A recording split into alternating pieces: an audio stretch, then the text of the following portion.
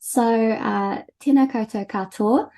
Welcome to the seminar in the Te Puna Haumaru seminar series. I'm really excited to invite you all here, and I'm even more excited to have Dr. Tadhg Daly presenting for us today. Tadhg is a principal advisor at the Ministry of Justice in the Research and Evaluation team. He's got a background in criminal psychology. He did his PhD actually with Devon, which is pretty cool. And he's been working on the New Zealand Crime and Victims Survey for 5 years. So it's really an honour to have you here, Tadhg. I'll hand over to you now. Okay, thank you very much. And thanks very much for having me. Kia koutou, I'm Tadhg Daly. As April said, I'm Principal Advisor in the Research and Evaluation team at the Ministry of Justice. And over the last basically 5 years, I've worked on the New Zealand Crime and Victims Survey. So what I wanted to do for this talk was talk about what's happening with crime in New Zealand from the perspective of our survey. So, unless you've been living under a rock over the past year, you may have noticed that crime is on the rise. So all of the news reports, the radio, the social media has been telling us that crime is increasing, it's skyrocketing, it's spiraling out of control. We've got to do something about it. Things have gotten really, really bad. And if you look at the Ipsos sort of issues monitor, this has had quite an effect. All this news has had quite an effect on the public. So basically, since February last year, or in February last year, crime was not even one of the top 5 topics on people's minds. But going into May of this year, it's the number 2 topic on people's minds, just under the cost of living. So it's beat out house pricing, which has been very consistently the number 2 until now.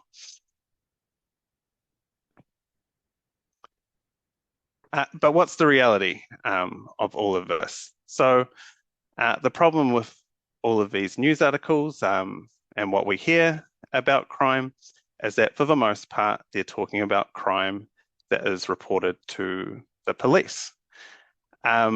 So when we're seeing an increase in crime that's been reported to the police, how do we know if it's a real increase in crime or an increase in reporting behavior? And that's where crime and victim surveys can become very useful. So basically what you can do with a crime and victim survey is ask people, or sort of do a national representative sample survey where you're asking people what crime they're experiencing and whether that crime has been reported to the police or not. And that can give you sort of a much better understanding of what crime is really going on, and if there has been an increase in crime or if there has been an increase in reporting. And so before going into talking about what is or what has been going on with crime over the last 5 years, I'm just going to sort of bore you with all the details of how the survey works. So what is the New Zealand Crime and Victims Survey?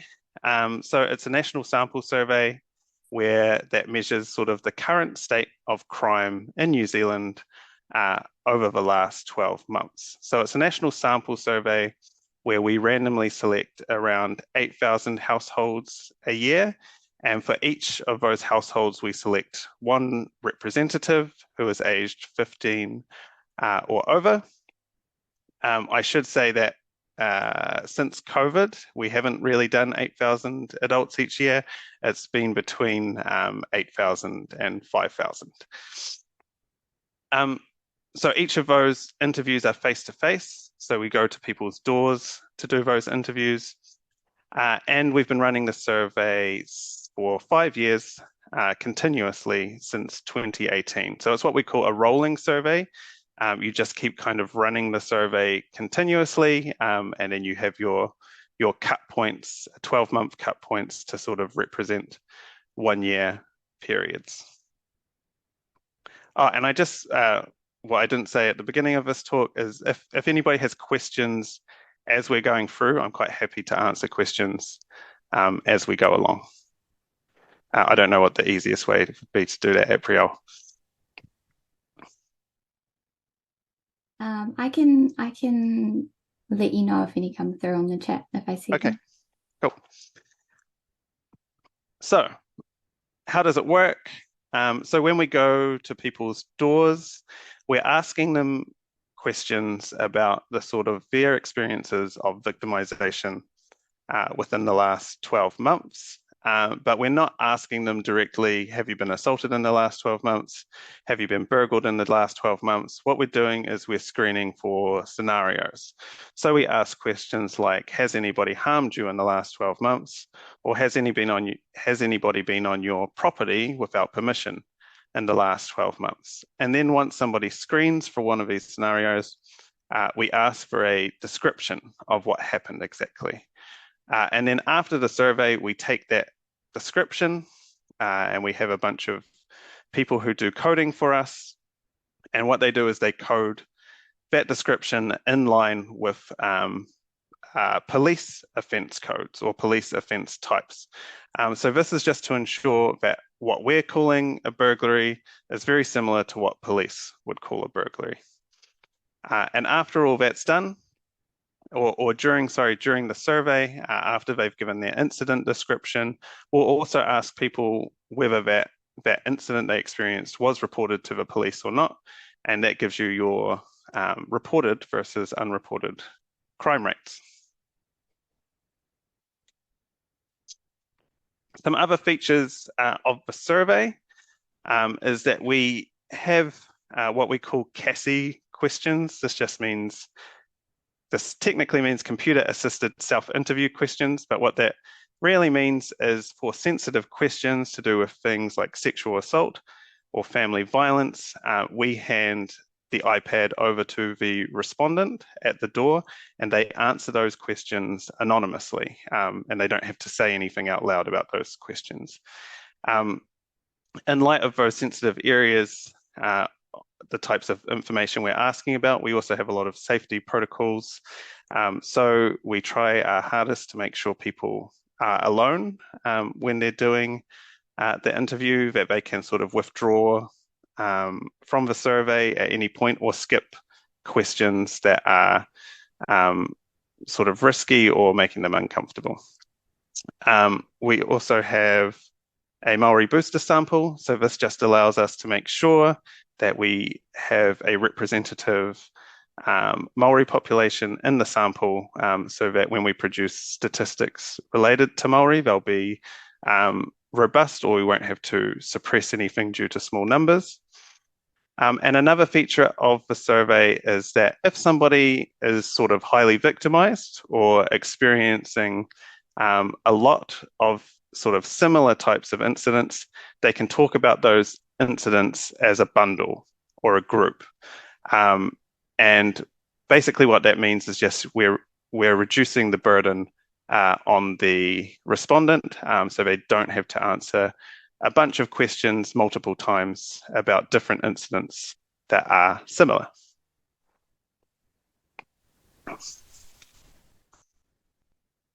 I should also just say, before we start talking about results, that the Crime and Victim Survey does not cover all crime. So specifically, one of the big questions we've been asked over the last year is about ram raids, to which we can say we don't know anything, and we have to repeat that multiple times. So the survey doesn't cover ram raids or crimes, retail crimes against business in general. So because it's a household survey, you'd have to do a very different type of survey in order to basically measure that. And other things we don't measure in our survey is crimes to do with traffic offences, drug crimes, and murder or manslaughter. What we do cover, though, is household offences like burglary and vehicle offences, and personal offences like interpersonal violence, sexual assault, family violence, fraud, and cybercrime.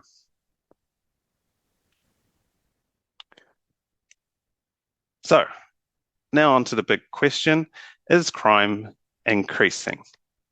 Well, based on our results over the last 5 years, the simple answer is no, not really.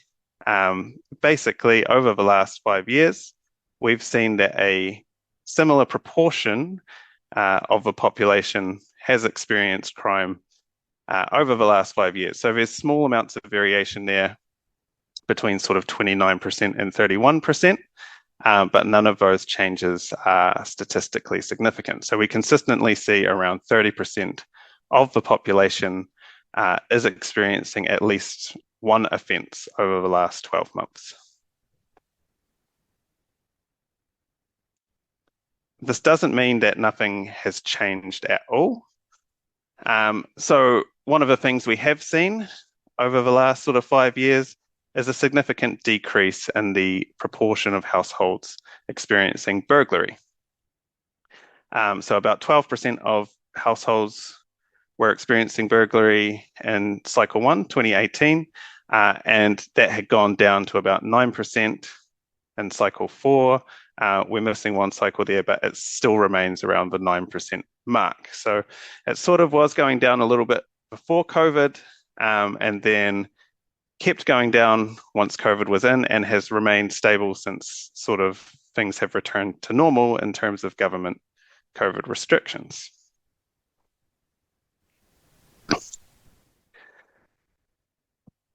One of the other big changes that have occurred much more recently is a significant increase in fraud and deception. So in comparison with cycle 1, the proportion of people who experience fraud and deception offences has actually doubled from 5% to 10%. And some of you may relate to this, and if you can think about in the last year or two, the number of scam texts or scam calls or scam sort of emails you have received. If you've noticed an uptick in that, you're not the only one. A lot more people have been subject to fraud and deception. And a lot of this is also to do with credit card fraud and deception. So people misusing credit card information.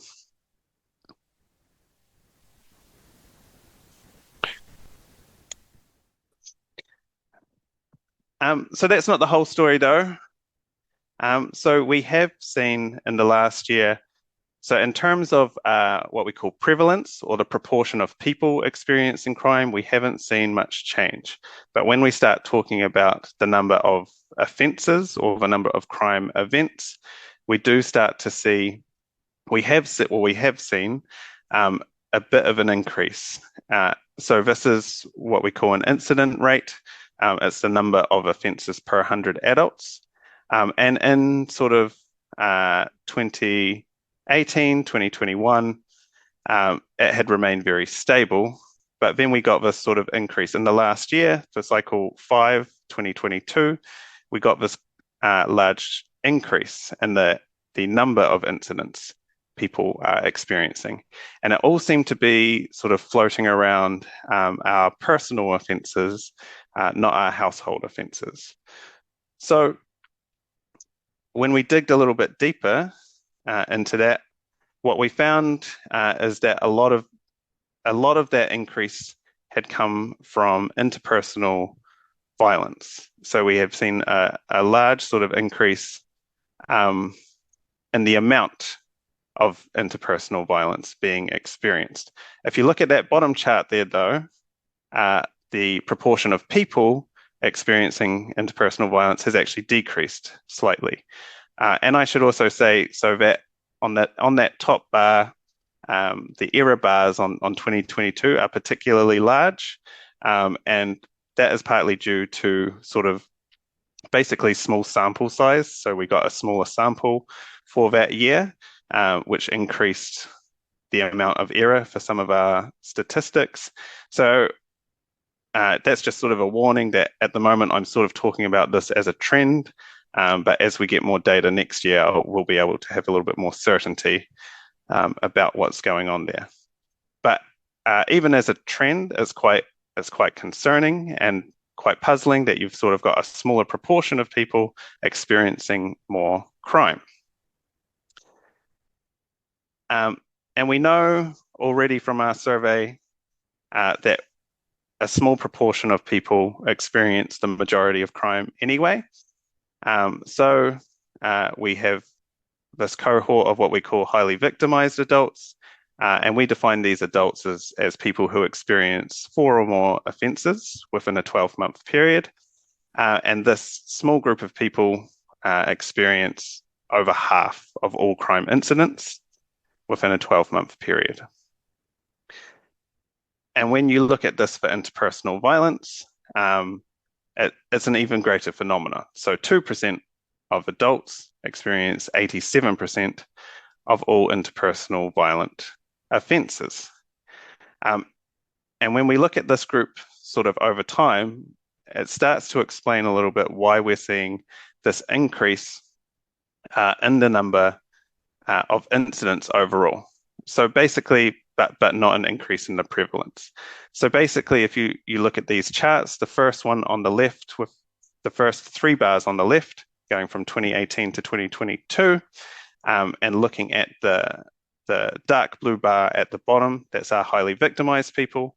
So around 11% of victims were highly victimized in 2018, and this did increase slightly to about 13% of victims in 2022. But the real change you can see is on those bars on the right, which are your incidents. And this is sort of the number of incidents, the proportion of incidents being experienced by these different groups. So you can see our highly victimized groups from 2018 to 2022, they went from experiencing about 47% of all the incidents to 56% of all the incidents. And so what we've seen in terms of what's really going on is that people who are already sort of highly victimized or experiencing a lot of crime, they started to experience much more crime. So the people who are already very vulnerable to victimization just started experiencing a lot more in that 2022 year. And just to give a few numbers around this, so sort of that 13% to 11% to 13%, we're talking about 138,000 people going to 163,000 people. But in terms of the number of crimes, we're talking about an increase in about 500,000 events for this group of people.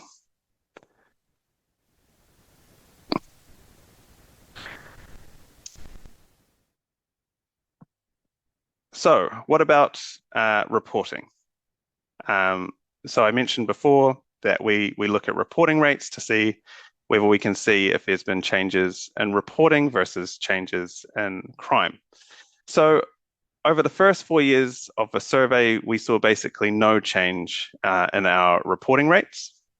It was very stable at about 25% of all offences were reported to police. But in this last year, 2022, we saw a dip. So it went from 25% to 19%, and that was a significant change. Now, perplexingly, and it's similar to what I showed for interpersonal violence, the proportion of people who were reporting at least one offence didn't change. And it even increased slightly. So you've still got basically a very similar number of people reporting at least one event. The number of people reporting offences to police has not decreased. But the number of offences that they're reporting has gone down. And so just to explain what's going on here,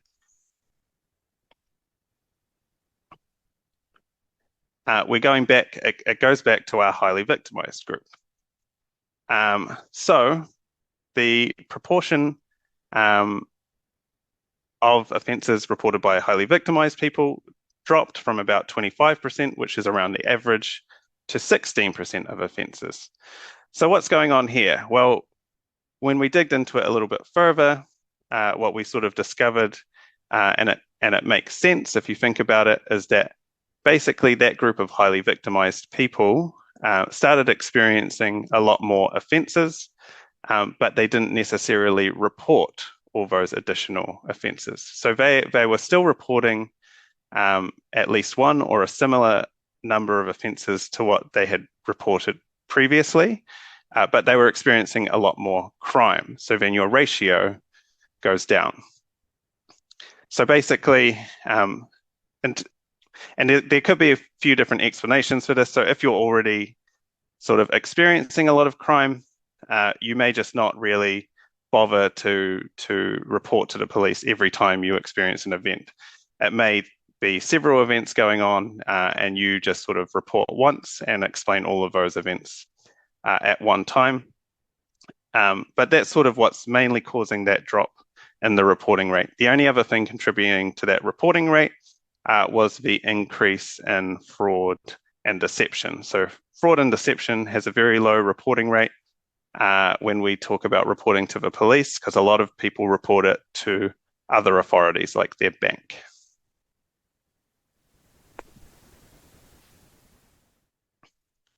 So that kind of covers what we can tell from our survey around the main kind of trends in crime and victimization. So I'm probably going to move on to talk about some sort of more general findings from the survey at this point, but does anyone have any questions at this juncture before I move on? There is a question from Sophie Curtis Ham in the Q&A, who's interested to know, given how often retail or business crime is being asked about, are there any plans to create a business crime survey or an existing equivalent? There are no current plans, but if that question keeps coming up, I'm sure that plan will probably develop. So I guess it's just figuring out how to do it, and I think it has potentially been done in some other countries. But yes, no, there's no current plans at the moment, but it would be interesting to do and extra work for us, but I had a question that I can put in the chat, so I hope you don't mind me asking directly. I was just wondering to what extent, or can you look at the data further to find out to what extent you believe this might be that kind of pandemic lockdown effect of family members being kind of confined in the same places as each other, because a lot of criminologists were hypothesizing that at the beginning of lockdowns, and I know there's a lot of research in other countries. Have you looked at that dimension of the data? yeah, we did. So we did a report that went alongside our sort of fifth year report that was specifically looking at changes over COVID. And what we did was basically just quite roughly cut the data from basically that first big lockdown, everything that happened before that big lockdown period, to everything that happened afterwards. And what we sort of saw was basically the same pattern as you see over the 5 years. So generally speaking, nothing really changed, but there was a reduction in burglary and an increase in fraud and deception. I will say, however, that because those lockdowns, I think a lot of that theorizing was around people being locked down with their families and sort of being in a situation where it was more difficult to get away from it, and therefore you're more at risk of victimization. And it's quite possible that there were spikes that occurred, but our survey wouldn't necessarily pick it up very well because it's sort of designed on that yearly basis. So if we were sort of more, if a survey was done more every month, sort of looking at a similar number of people every month, it might be a little bit easier to track what was going on. The other thing was, in some of those situations, when people were locked down, we weren't able to survey them. So we weren't able to go out and do the surveys. And although they can talk about what's happened to them in the last 12 months, I guess you might just miss out on some of those recent memories or the freshest memories sort of thing. So yeah, we didn't see, in general, we didn't see a big change, but it's still possible that there were short-term spikes that then went down very quickly once lockdowns finished. Interesting. There's another question in the chat. Do you think the reporting rate could have dropped because of the experiences victims have dealing with the police? So things like understaffing or being unable to look into car theft, for example. So I think usually, the drop in reporting rate, definitely maybe for those highly victimized people, if they weren't getting sort of the responses that they needed from the police, that could have led to them not bothering to report the extra stuff that was happening to them. In general, though, yeah, we have this sort of quite, especially with, I think, regards to property crime in some instances, we have these quite low reporting rates, and they're quite consistent in terms of, and what I should say, we also ask people why they didn't report. So we provide them with a sort of a bunch of options, one of them being things like the police couldn't do anything. And we didn't see any massive changes in those reasons. That's interesting. Thank you. I think that's all the questions for this section. Cool. Okay. So moving on to sort of what we've been able to say more generally over the last 5 years. So one of the sort of advantages of the survey is that we're able to talk more about who experiences victimization. So we are able to ask a bunch of demographic questions to people, and then we can identify who's more at risk of victimization. And a few groups have sort of consistently been at the top of the risk list in terms of victimization. So Maori, separated adults, and people who identify as LGBT plus have always showed up as at a higher risk of experiencing victimization within a 12-month period. We've also consistently found that disabled people, and in particular young disabled people, are more likely to be victims of crime. And this is also young people in general is also another group that always shows up as being more susceptible to experiencing crime. On a more granular level, so on the overall level of crime, we don't see big differences, gender differences in victimization. But when you look at specific types of offences, like offences by family members or sexual assault, you see a strong gendered effect. So females much more likely to experience offences by family members, and then you see that risk kind of compounding when you add in things like young age, financial stress, and whether they're separated or divorced. And this is similar again. So women more likely to experience sexual assault, but that risk increases dramatically when you take into account age, so young women, or sexual identity, so LGBT plus status.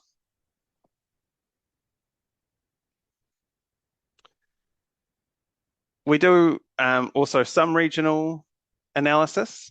We often don't find huge differences in rates of victimization between regions. But what we do consistently find is that if you want to live in a safer area in New Zealand, apparently you should move to the West Coast or Nelson or Invercargill. And maybe what's going on here is that these areas are all much more sparsely populated. So maybe just that less people means less victimization.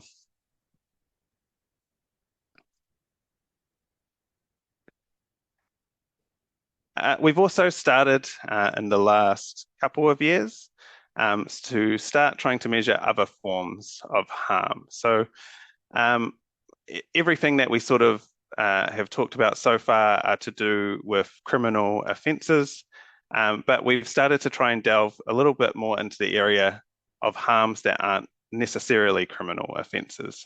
So these are things like controlling behaviours. So since about cycle 4, we've asked a series of questions on controlling behaviours and harms by family and whānau members. And we've been able to produce some results like this. So 11% of people had been made to feel ashamed or bad about themselves. 10% had had to change their routine, behaviour or appearance. And 8% had been made to feel that their mana had been stamped on or their spirituality, wairua, had been attacked. And these are sort of still in development, I would say, these questions around controlling behaviour. So it's hard to get agreed upon sort of international measures of controlling behaviour. But this is just sort of our attempt at trying to track some of these types of behaviour over time and trying to measure sort of wider forms of harm.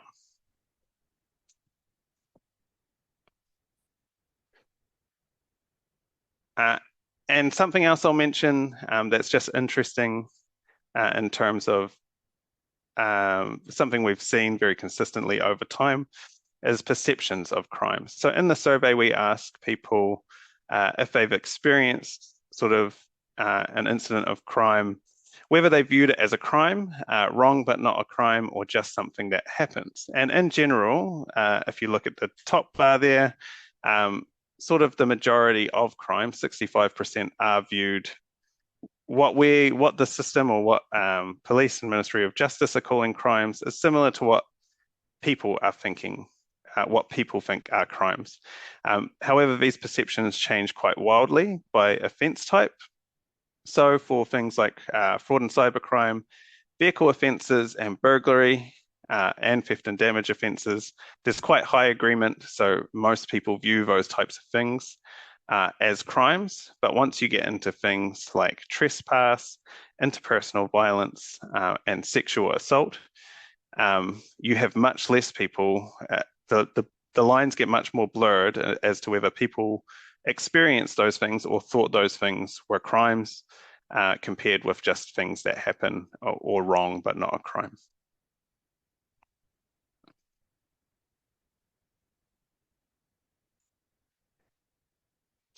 And that's basically it in terms of what I wanted to talk about today, just to give sort of a brief overview of the types of things we're able to look at in the survey. In terms of work that's upcoming, with as I said earlier, the survey sort of is rolling. So we're currently about to finish cycle 6, and then we'll start cycle 7. We are currently evaluating the survey. So after 5 years, we basically want to know whether the survey is doing what it's supposed to do, whether people are still getting value from the survey, or if there's anything that we can change. And I believe some members here are involved in that evaluation. So thank you for that. Something we're also is in the works at the moment. And sorry, I should have said that in budget 22, we got a bunch of money to do all of these extra projects on top of our normal survey. So one of the things that we said we're going to do, which we are working on, is the extension of the survey to children 12 to 15 years old. So there's a lot of demand for information around crime with youth. and there's just not a lot out there. So this will be one way to capture a little bit more of that. We're also going to be in cycle 7, which starts in November this year, measuring people's doing a module or an additional survey on perceptions of the criminal justice system. So these types of surveys work really well for kind of the issues I was talking about at the start. If the news is very dominant in talking about crime and crime stories, these types of surveys are something that can sort of look into that a little bit. So they'll ask questions like, what do you think is going on with crime on a national level? And people might say, based on the news, that it's going out of control, it's skyrocketing. And then what do you think is going on with crime in your neighborhood or at a local level? And they go, oh, there's nothing, it's fine. And so you can see those kind of juxtapositions a lot more clearly. Or you can just compare those sort of perceptions to the actual crime rates in things like our regular survey. We've also doing sort of venturing into mixed methods research. So we are using our data to look more deeply into a couple of the groups I talked about today. So one is on highly victimized people, and one is on disabled people, or disabled victims in particular. So part of that will be quantitative, just to look more deeply into what's going on with those groups in terms of the data we have. And the other half of that will be qualitative. So actually going back to some of those people in the survey and asking them, finding out a lot more about what's going on in their life and what other circumstances surrounding these events, as that kind of sort of rich information is often missing in what we collect.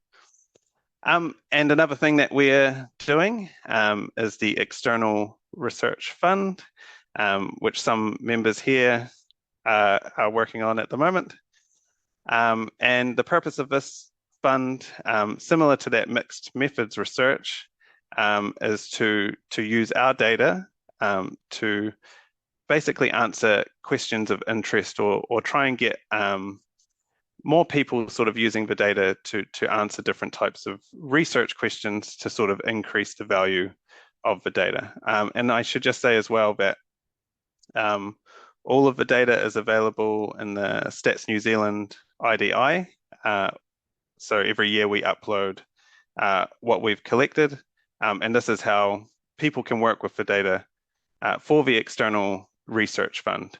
But another element of that External Research Fund, like I said, with the highly victimized and disability project, is we're interested in people doing qualitative research. So going back to some of those survey participants or any people in these sort of groups of interest to find out more about what's kind of going on, why is victimization more likely for these groups, and how can we understand better the situation. So that's all from me. I've managed to keep it, usually I go way over time, and now this is really short. So happy to answer any questions.